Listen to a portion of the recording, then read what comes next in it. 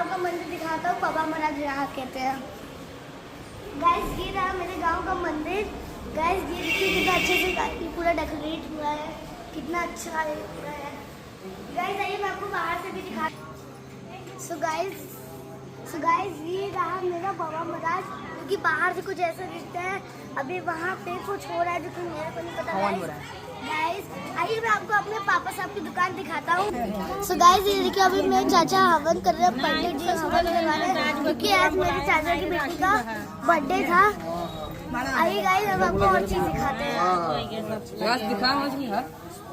आइए गाइस हम आपको अब और चीज दिखाते हैं।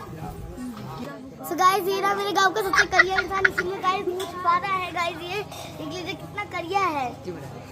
तो गाइस अगर आपको मेरा चैनल पसंद आता है या वीडियो पसंद आती है तो मेरे चैनल को सब्सक्राइब करिए और कमेंट भी करें।